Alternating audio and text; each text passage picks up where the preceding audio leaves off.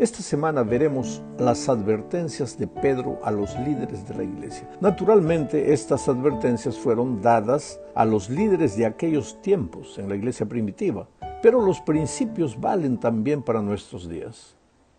Para comenzar, vayamos al Pentecostés. En un solo día fueron bautizadas 3,000 personas, luego un poco más adelante 5,000 y después miles eran acrecentadas a la iglesia naciente, dice el texto bíblico. Este fue un crecimiento asombroso, fuera de lo común, un resultado extraordinario, y no fue solo resultado del trabajo de la iglesia, sino del Espíritu Santo. Naturalmente, este crecimiento extraordinario creó problemas, porque si deseas crecer, tienes que estar preparado para enfrentar las dificultades que aparezcan, porque no hay crecimiento sin dificultades, no hay crecimiento sin dolor.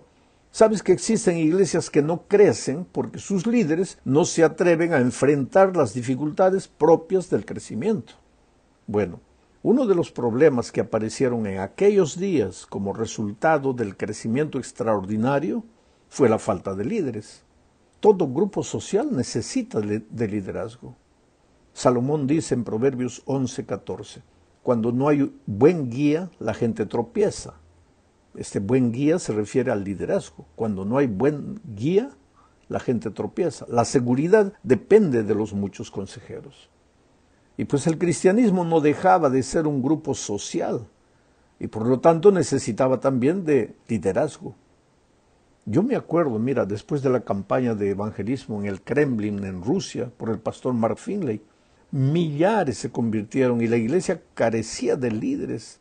Y fue necesario colocar en el liderazgo de las iglesias locales personas con poquísima experiencia. Pero asimismo la iglesia siguió avanzando. Un poco después me invitaron para ir a Moscú, a Siberia, para entrenar laicos para el trabajo de liderazgo en la iglesia. Fue extraordinario ese trabajo y fue extraordinario ver el crecimiento de la iglesia. Lo que quiero decir es que donde hay crecimiento hay problemas, hay dificultades. Y si quieres ver a tu iglesia creciendo, tienes que estar dispuesto a enfrentar esas dificultades. Bueno, en la iglesia primitiva sucedió lo mismo. Claro que en mayores proporciones. La iglesia crecía y eran necesarios líderes, y entonces surgieron los obispos, que en griego son llamados episcopos, los ancianos, que en griego son llamados de presbíteros, y los pastores, en griegos, poimen. Todos ellos, haciendo estos términos, haciendo referencia a la misma responsabilidad del líder de iglesia. En otras palabras, los obispos y pastores no son distintos de los ancianos, simplemente los términos son diferentes maneras de identificar a la misma gente. De hecho, mira, en Hechos 20:17 Pablo reúne a los ancianos, presbíteros en griego, de la iglesia de Efeso para darles un mensaje de despedida. Y en el versículo 28 dice, mirad por vosotros y por todo el rebaño en que el Espíritu Santo os ha puesto por obispos, episcopos, para apacentar, poimaino, la iglesia del Señor. Ahora, en Primera de Pedro 5, 1 y 2, que es el texto que vamos a estudiar esta semana, Pedro también usa los tres términos en el mismo contexto. Pedro escribe lo siguiente, yo como anciano, presbítero, estoy colocando en el texto entre paréntesis la palabra griega, yo como anciano, presbítero, que soy, les ruego a los ancianos, presbíteros, que están entre ustedes, cuiden, poimaino, pastoren, cuiden de la grey de Dios que está bajo su cuidado, su episcopeo, su cuidado. Bueno, sigamos adelante. Estos ancianos, estos presbíteros, episcopos, estos pastores, hacían de todo en esos tiempos. Ellos predicaban, organizaban, daban estudios bíblicos, en fin. Eran voluntarios que se dedicaban a otras actividades para sobrevivir durante la semana, pero al mismo tiempo se dedicaban a la iglesia.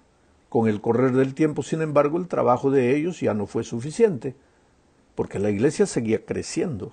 Surgió un problema administrativo. Está relatado en Hechos 6, 1 al 4, y lo voy a leer textualmente. En aquellos días, el número de los discípulos iba en aumento, Pero también comenzaron las murmuraciones de los griegos en contra de los hebreos, pues se quejaban de que en la distribución diaria de ayuda a las viudas de los griegos no eran bien atendidas. Entonces los 12 convocaron a todos los discípulos y les dijeron: no está bien que desatendamos la proclamación de la palabra de Dios para atender a las mesas. Así que, hermanos, busquen entre todos ustedes a 7 varones de buen testimonio, que estén llenos del Espíritu Santo y de sabiduría, para que se encarguen de este trabajo. Así nosotros podremos continuar orando y proclamando la palabra. Y sabes, mi amado, de este modo aparecieron los diáconos. Ahora, percibe bien la situación. Primero, los que dirigían la iglesia eran los apóstoles. Después surgieron los obispos, ancianos, pastores. Claro que en aquel tiempo pastores, pero sin sueldo. Y ellos prácticamente ejercían la misma función, todos ellos. Ahora aparecen los diáconos. Te das cuenta que el crecimiento de la iglesia dio origen a una estructura, a una organización. Y Dios aprobaba esa estructura, está en el registro bíblico. Esa organización era necesaria, se necesitaban líderes. Pero esta semana estudiaremos cuáles deben ser las características de esos líderes espirituales, porque la verdad es que los seres humanos dejamos de mirar a la Biblia y somos fascinados en observar el comportamiento de los líderes del mundo para querer aprender de ellos y empezar a imitarlos, cuando Dios estableció en su palabra el ideal de un líder espiritual. Vamos a la parte 2. Para ver lo que Pedro habla sobre las características de un anciano, debemos leer 1 de Pedro 5, 1 al 4. Dice: yo, que he sido testigo de los sufrimientos de Cristo, y que he participado de la gloria que será revelada, como anciano que soy, les ruego a los ancianos que están entre ustedes, cuiden de la grey de Dios, que está bajo su cuidado, pero háganlo de manera voluntaria y con el deseo de servir, y no por obligación ni por el mero afán de lucro. No traten a la grey como si ustedes fueran sus amos. Al contrario, sírvanle de ejemplo. Así, cuando se manifieste el príncipe de los pastores, ustedes recibirán la corona incorruptible de gloria. Mi hermano querido, percibe en primer lugar que el anciano de iglesia debe ser una persona espiritual. Yo, que he sido testigo de los sufrimientos de Cristo, dice Pedro, y que he participado de la gloria que será revelada. Interesante. Pedro es un hombre inspirado en el sufrimiento de Cristo. Él fue testigo. Nosotros también podemos serlo, no como Pedro, que vio todo personalmente, pero nosotros podemos ver todo a través de las Escrituras. Debemos contemplar todos los días lo que sucedió en la cruz, el sufrimiento de Cristo, pero no quedarnos allí, sino también mirar al futuro, al día glorioso de la venida de Cristo. Su muerte en la cruz genera seguridad de salvación, y su segunda venida genera esperanza, la esperanza de que el dolor de esta vida de pecado va a llegar al fin. Eso nos hace personas espirituales, porque es meditando en ambas cosas que el carácter de Jesús se va reflejando cada día en la vida de los cristianos hoy. En segundo lugar, el anciano de iglesia debe ser una persona que inspire con su vida y con su ejemplo. No una persona que dé órdenes, sino que inspire. Pedro dice: yo como anciano que soy, les ruego a los ancianos que están entre ustedes, cuiden de la grey de Dios que está bajo su cuidado. No traten a la grey como si ustedes fueran sus amos. Al contrario, sírvanle de ejemplo. La palabra clave aquí es ejemplo. Las ovejas de la grey necesitan de un pastor, no de un capataz, no de un sargento, no de un patrón. Necesitan ser amadas. Y si tú quieres ser líder, necesitas amar a la grey. El verdadero líder es amado, oído y seguido. Ahora, si eres solamente oído y obedecido, pero no eres amado, ahí pues no eres líder. Eres un dictador. Y la iglesia no necesita dictadores. No te confundas, querido. Solo porque las personas te obedecen, no vas a pensar que eres líder. Las personas también obedecen por miedo, por temor. Pero eso no es liderazgo. En tercer lugar, el anciano debe realizar una obra de amor y de servicio. Pedro dice, cuiden de la grey de Dios que está bajo su cuidado, pero háganlo de manera voluntaria y con el deseo de servir, y no por obligación ni por el mero afán de lucro. ¿Qué lucro? En el caso de un ministro, de un pastor, puede ser por causa del sueldo. Servir, trabajar solo por el sueldo.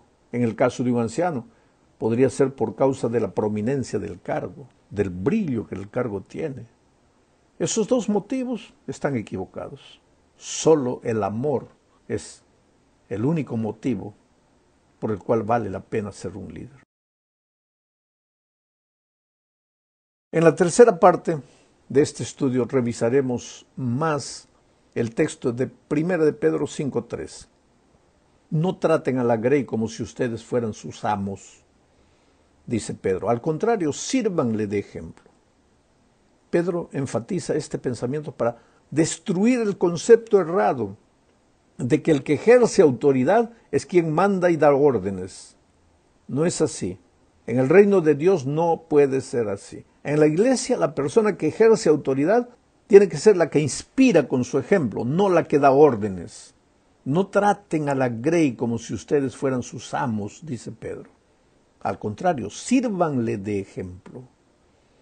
Esto necesita quedar bien claro en la mente y en el corazón de cualquier persona que es elegida para un cargo de liderazgo en la iglesia. Es una tristeza, ¿sabes?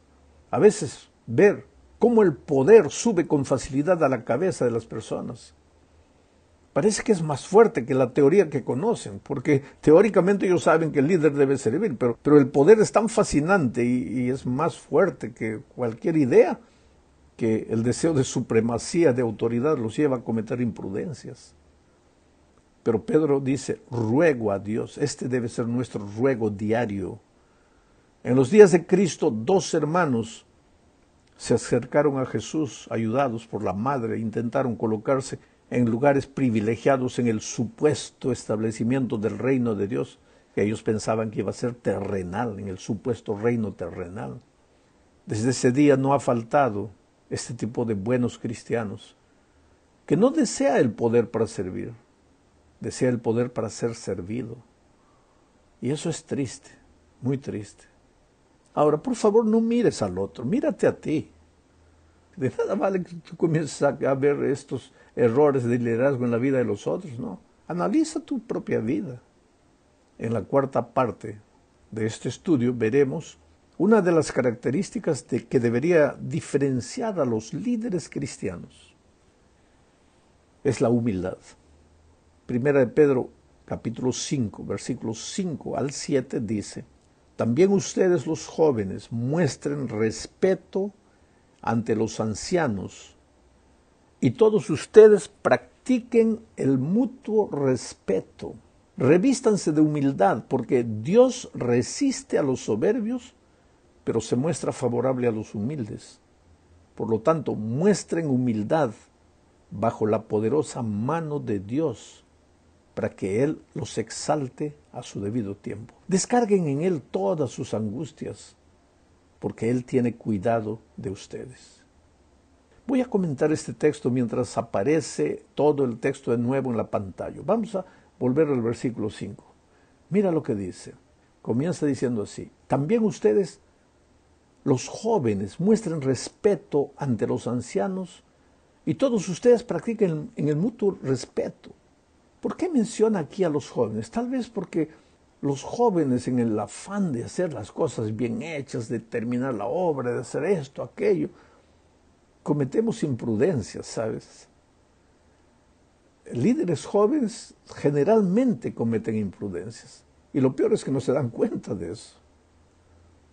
Entonces Pedro dice, hablo a los jóvenes, muestren respeto, respétense unos a los otros, practiquen el mutuo respeto, revístanse de humildad. Humildad no es un asunto de apariencia, humildad se vive en el corazón. Las personas no ven la humildad en tu palabra, ven la humildad en tus ojos, la manera como tú te diriges, tú miras a las personas, tú tratas a las personas, la valorización del ser humano. ¿Por qué dice Pedro, revístanse de humildad? Porque Dios resiste a los soberbios, pero se muestra favorable a los humildes. Quiere decir, Dios solo puede trabajar en el corazón de la persona que siente que no puede. Porque la persona que siente que puede no le da lugar al trabajo de Dios. El humilde reconoce su necesidad de Dios y busca a Dios pidiendo sabiduría. Y Dios le da sabiduría. Y al mismo tiempo que le da sabiduría, le da la ternura, el amor, la misericordia para tratar a las personas. Por tanto, dice Pedro, muestren humildad bajo la poderosa mano de Dios para que Él los exalte a su debido tiempo. ¿Y por qué dice que los exalte a su debido tiempo? Porque cuando tú vives una vida de humildad, cuando practicas un liderazgo de humildad, puede ser que otro líder abuse, entre aspas, entre comillas, de tu humildad. Que piense que eres un tonto porque eres humilde. Pero no te preocupes, porque Dios te va a exaltar a su debido tiempo. Dios no deja de ver las cosas. Tú no te preocupes si no fuiste elegido o si no fuiste reelegido por por aquel motivo. Tú confía en Dios. Dice, descarga en Él todas tus angustias, porque Él cuida de ti.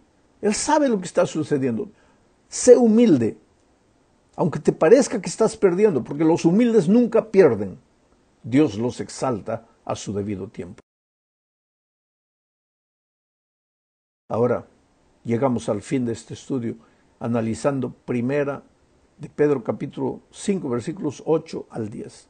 Sean prudentes y manténganse atentos, porque su enemigo es el diablo, y él anda como un león rugiente buscando a quien devorar. Voy a dejar nuevamente el texto ahí para ir comentando. Su enemigo es el diablo y él anda como un león rugiente buscando a quien devorar. Recuérdate que Pedro escribió a una iglesia perseguida. Los ejércitos estaban persiguiendo a los cristianos para destruirlos. El enemigo estaba vestido de soldados en esa ocasión. Y seguramente que cuanto más ellos eran perseguidos por los soldados, más fieles eran. Pero ahora dice Pedro, pero ustedes manténganse firmes y háganle frente. Sepan que en todo el mundo sus hermanos están enfrentando los mismos sufrimientos, pero el Dios de toda gracia que en Cristo nos llamó a su gloria eterna, los perfeccionará, los afirmará, fortalecerá y establecerá después de un breve sufrimiento. Mira, el asunto es el siguiente. Los primeros cristianos estaban listos a enfrentar los ataques del enemigo, la persecución. Cuanto más eran perseguidos, más fieles eran. Pero ahora viene el diablo, ya no como soldado, porque cuando viene como soldado los cristianos más fieles son. Ahora viene por tras del liderazgo, por tras del orgullo, por tras de la soberbia. Y empiezan a aparecer líderes. Líderes que, si vinieran los soldados, serían hombres entregados y consagrados al Señor. Pero ahora viene el diablo no como soldado, sino como forma de poder, en forma de cargo. Y esos mismos líderes que en otras circunstancias serían fieles, ahora claudican y son víctimas del orgullo, víctimas del autoritarismo. Porque a veces, queridos, el verdadero enemigo no viene de afuera, está dentro de nosotros. Es fácil resistir a los enemigos que vienen de afuera. Difícil es resistir a los enemigos que los tenemos dentro, guardados en el corazón. Pero el texto termina con una frase impresionante. Pero el Dios de toda gracia, que en Cristo te llamó a ti, a su gloria eterna, y te colocó en un cargo de liderazgo, Él te perfeccionará, Él te afirmará, Él te fortalecerá, Él te establecerá después de un breve sufrimiento. Querido, la cosa más linda es saber que somos piedras brutas, es verdad, pero somos piedras brutas en las manos de un Dios poderoso, de un artífice que puede moldarnos, que puede lapidarnos y que puede sacar el diamante brillante que hay dentro de nosotros. Piedras toscas, brutas, sin forma. Dejemos que Dios nos transforme, nos trabaje, a veces con dolor, a veces con lágrimas, con sufrimiento, pero nos va trabajando para hacernos más útiles más adelante. Que Dios nos bendiga.